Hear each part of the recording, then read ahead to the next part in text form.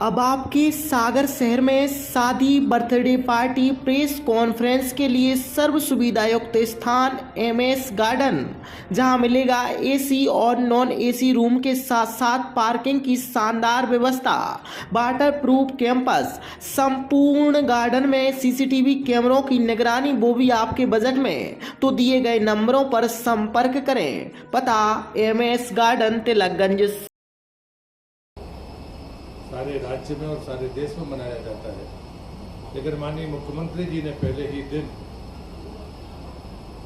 लोक माता अहिल्याबाई जी के उस पुरातन शस्त्रागार से पूजन करके एक घोषणा की है कि दशहरा इस बार लोक माता अहिल्याबाई के नाम पर होगा और सभी मंत्री या तो अपने प्रभार के जिले में होंगे या अपनी विधानसभा में होंगे। हमारे सभी विधायक और सांसद जिला मुख्यालय में जहाँ भी शस्त्रागार होगा वहाँ जाकर दशहरा का पूजन करेंगे और ये दशहरा लोक माता अहिल्याबाई को समर्पित होगा। शक्ति अभिनंदन अभियान जो 2 अक्टूबर से 11 अक्टूबर तक चल रहा है, उसका विकास खंड से लेकर ग्राम स्तर तक एक विधिवत कार्यक्रम मध्य प्रदेश सरकार ने तय किया है। पहले बार में संवाद कार्यक्रम होंगे जिसमें कहानियाँ, रोजगार, व्यवसाय, महिलाओं की उद्यमिता को लेकर जितने भी हमारे महत्वपूर्ण विषय होंगे इस पर एक संवाद कार्यक्रम होगा। बालिकाओं के प्रशिक्षण हेतु जो सेफ्टी बात है, सशक्त वाहिनी पंजीयन, ये इसका दूसरा चरण होगा। मानसिक स्वास्थ्य संवेदी कार्यक्रम जिसमें विकास और महिला भागीदारी पर चर्चा होगी। बालिकाओं के द्वारा मार्शल आर्ट का प्रदर्शन और सकारात्मक पुरुष भागीदारी पर चर्चा, ये उसका चौथा बिंदु होगा। साइबर सिक्योरिटी एक बड़ी चुनौती है, इसलिए सोशल मीडिया सिक्योरिटी पर प्रशिक्षण होगा कि मैं निडर हूँ। इस स्लोगन के साथ बालिकाओं का दृष्टिकोण सोशल मीडिया कैंपेन के द्वारा पूरे राज्य में चलाया जाएगा।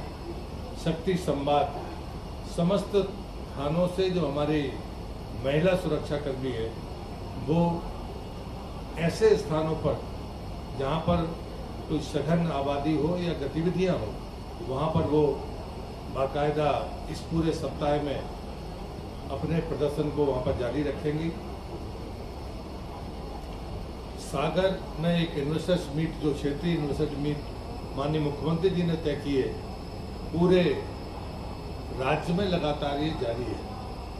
भोपाल के बाद जो लगातार जबलपुर और अन्य जगह पर हुई है, तो सागर अभी तत्काल में जो इन्वेस्टर्स मीट हुई है उसमें 3500 से अधिक प्रतिभागियों ने भाग लिया है। 10 राज्यों से प्रतिभागी यहाँ पर आए थे। रीजनल इंडस्ट्री कॉन्क्लेव सागर में 96 इकाइयों के आशय पत्र, जिसमें 240 एकड़ भूमि आवंटित की गई है, जिसमें 1560 करोड़ से अधिक की पूंजी निवेश और 5,900 से अधिक व्यक्तियों के रोजगार की संभावना है। लगभग 23,181 करोड़ के निवेश प्रस्ताव इस समिट में प्राप्त हुए। आगामी दिनों में हैदराबाद का रोड शो 16 अक्टूबर को होगा। भोपाल में माइनिंग कॉन्क्लेव 16, 17 और 18 अक्टूबर को है और रीवा की रीजनल इन्वेस्टमेंट 23 अक्टूबर को होगी। हमारा जो 7वां बिंदु है वो मध्य प्रदेश में बेरोजगारी दर पर हम गौरवान्वित है मध्य प्रदेश सरकार, और मुझे लगता है कि कई बार इस पर हम विचार करते हैं लेकिन शायद हमारी जानकारियों का अभाव होता है। हम गौरवान्वित हैं आज कि भारत सरकार ने जो बेरोजगारी का आंकड़ा देश के सामने रखा है उसमें सबसे ज़्यादा बेरोजगारी केरल राज्य में है और केंद्र शासित प्रदेश में लक्षद्वीप में है। केरल में बेरोजगारी दर 29.9% है और केंद्र शासित लक्षद्वीप में 36.2% है और जो राष्ट्रीय स्तर पर इसका औसत है वो 10.2% है। लेकिन मध्य प्रदेश सबसे नीचे कुल 2.6% बेरोजगारी दर के साथ हमने जो सफलता अर्जित की है, आज हम सबके लिए आज के दिन को मैं मानता हूं कि ये आंकड़ा हम सबको गौरवान्वित करता है। इस बात के लिए भी मैं माननीय मुख्यमंत्री जी का आभारी हूँ। आज हमारी 2 स्कीमों में 3 स्कीमों में हम यहाँ पर खाते में पैसा डाल रहे हैं, तो माननीय मुख्यमंत्री जी अभी ये काम कर ही रहे हैं। लाडली बहना योजना के अंतर्गत अक्टूबर माह 2024 की राशि 1574 करोड़ अभी सिंगल क्लिक से आज के ही दिन डाली जा रही है। सामाजिक सुरक्षा पेंशन 332 करोड़ आज ही सिंगल क्लिक से ये जा रही है। प्रधानमंत्री उज्ज्वला योजना अंतर्गत समस्त एलपीजी गैस कनेक्शनधारी उपभोक्ताओं तथा गैर पीएम उज्ज्वला योजना श्रेणी की लाडली बहना लाभार्थियों को जून 2024 की जो गैप की राशि है 28 करोड़, वो भी आज सिंगल क्लिक से डाली जा रही है। विजन डॉक्यूमेंट के लिए आज माननीय मुख्यमंत्री जी ने कहा है कि 1 वर्ष के भीतर जो भी काम जिनके क्षेत्रों में और जिलों में हुए हैं उसका विजन डॉक्यूमेंट के साथ उसका जनता के सामने प्रस्तुत करें, ताकि हमारी इस काम करने की गति का जनता जनार्दन को पता हो सके। आज हमारे नए मुख्य सचिव की उपस्थिति में पहली कैबिनेट की बैठक थी। 1989 बैच के आईएएस जो भारत सरकार में भी बड़े महत्वपूर्ण पदों पर रहे हैं, राज्य के तमाम विभागों को उन्हें संभाला है, उनकी आज पहली कैबिनेट में उनकी उपस्थिति थी। माननीय मुख्यमंत्री जी सहित मंत्रिपरिषद ने उनको शुभकामनाएं दी हैं और हमारी पूर्व मुख्य सचिव जिन्हें 10 माह तक इस राज्य में मुख्य सचिव के तौर पर काम किया है, उनके प्रति भी आभार व्यक्त किया गया है मंत्रिपरिषद के द्वारा। आज वीरांगना रानी दुर्गावती की जन्म जयंती के दिन जो हमारी एक महत्वपूर्ण योजना है, उसका नाम रानी दुर्गावती जी के नाम से श्री अन्न प्रोत्साहन योजना। इसमें प्रति हेक्टेयर 3900 रुपये की अतिरिक्त राशि किसान को दी जाएगी और इसका रकबा बढ़ाने का फैसला भी जो लक्ष्य है वो 1 लाख हेक्टेयर तक पहुंचाने का आज फैसला किया है। इसमें कोदो, कुटकी और रागी जैसी चीज़ें उत्पादन के महत्व को बढ़ाने के लिए इस योजना में दिया है, लेकिन ये वीरांगना रानी दुर्गावती के नाम पर श्री अन्न प्रोत्साहन योजना है। दूसरा, मध्य प्रदेश में जो हमारा मिलेट का जो उत्पादन है वो लगातार बढ़ रहा है और मध्य प्रदेश ने उसको अपना अव्वल स्थान प्राप्त किया है।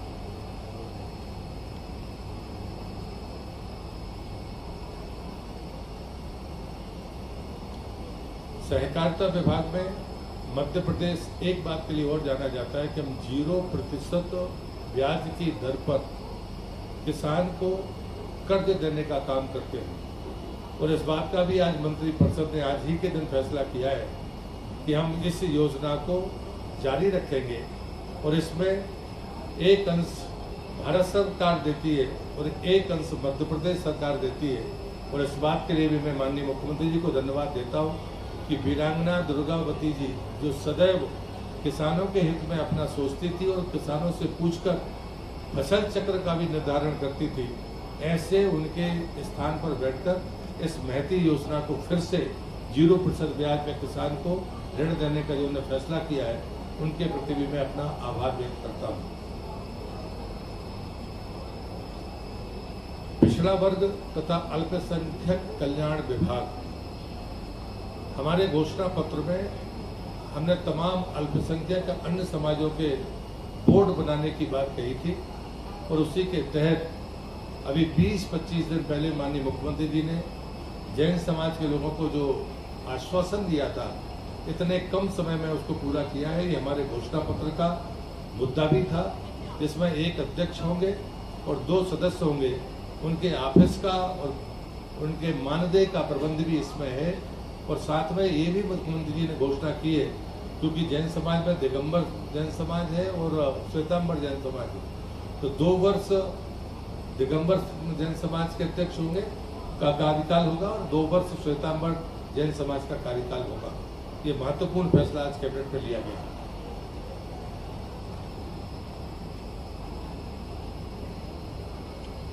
लोक स्वास्थ्य एवं चिकित्सा शिक्षा विभाग नर्सिंग महाविद्यालयों में हमारी दो श्रेणियां थी। पहले मध्य प्रदेश सरकार ने चिकित्सा विभाग को और शिक्षा विभाग, चिकित्सा शिक्षा विभाग को एक ही मंत्रालय कर लिया, एक मंत्रालय बना दिया था। अब फिर से इसमें जो हमारी शासकीय संस्थाएं थी उसमें 6 स्वशासी संस्थाएं थी, बाकी शासकीय विद्यालय महाविद्यालय थे। इन दोनों का डेजिग्नेशन शासकीय महाविद्यालय ही कर दिया गया है ताकि एक प्रकार से उनको संबोधित किया जा सके।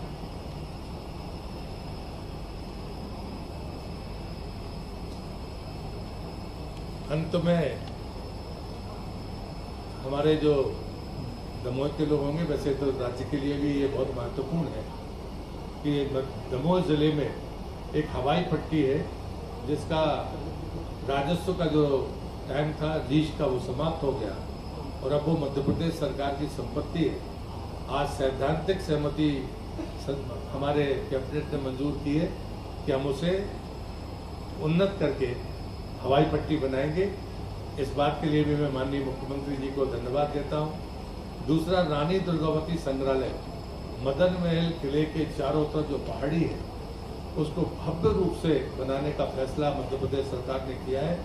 साथ में चूंकि सारी चीजें उसमें जुड़ जाएं, उसके और भी विस्तार तरीके से विचार हो, इसमें माननीय मुख्यमंत्री जी की अध्यक्षता में एक समिति बनी है ताकि सारी बातों को उसमें लिया जा सके।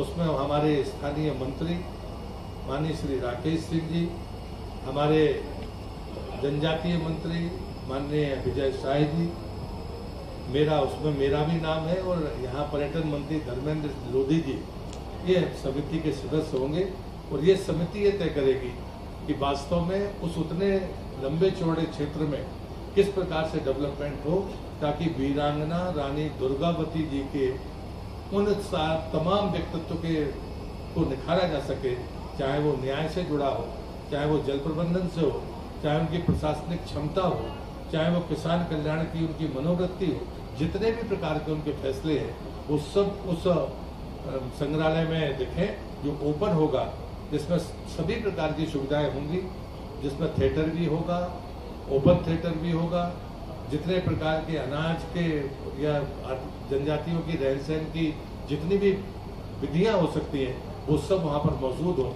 इस बात के लिए माननीय मुख्यमंत्री जी की अध्यक्षता में इस समिति का निर्माण किया है ताकि वो जल्दी इस बात को आगे बढ़ाकर उसको भव्यता और दिव्यता प्रदान कर सके। मैं अपनी बात यही समाप्त करता हूँ। तो कुछ पूछना है तो पूछ सकते हैं।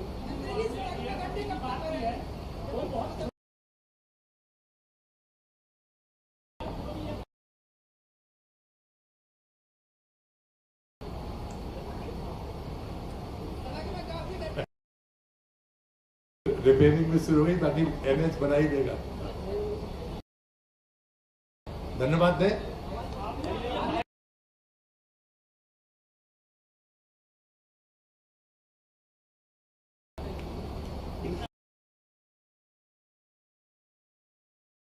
सैद्धांतिक सहमति बनी है, जब वो बन जाएगी तो उसके बाद आपको शेड्यूल पता चल जाएगा कि कौन उतरेगा।